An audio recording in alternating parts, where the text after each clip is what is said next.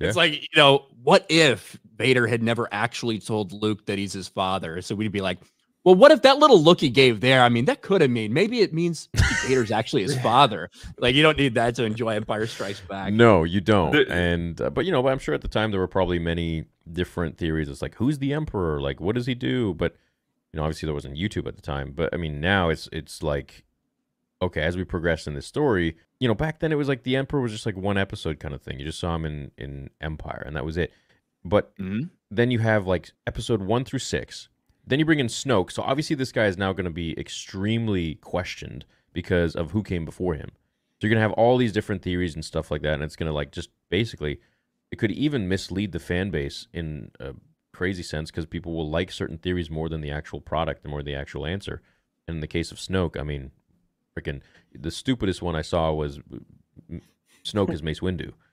That one makes even more sense than him dying. Like, my favorite one, I think it was a troll, but my favorite one was that Snoke is the old lady from the archives in Clone Wars. Jocasta knew, yeah. I did hear that one because of his robe kind of looked the like robe match. Yeah. My favorite one by far is that because of the scar on his face, that Snoke was the stormtrooper that bumped his head in A New Hope when they're in the Death Star. That's my favorite Snoke. That'd be amazing if it was true. That one's good. Yeah. Also, could be Source Bandim, the kid that died at Anakin's hand. Like, to be fair, any of these theories would have been better than what we got. So we got nothing. He's nothing. He was a test tube baby. So I think at this point, it's like to be a fan of it and to try to pull goodness out of what they've produced in the past 10 years. It's like just sifting through the rubble of a bombed out building, hoping that you're going to find. Like, it is. It really. That's what it feels like. Yeah. That's what it feels Not like. even hoping you're going to find someone alive, just hoping you find their body.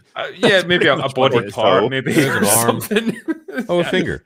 Can we have identifying? Do we find their teeth? Can we match this to dental records? Like, that's Larry's tattoo there on his arm. I recognize that. Oh, we found a wallet. Nice.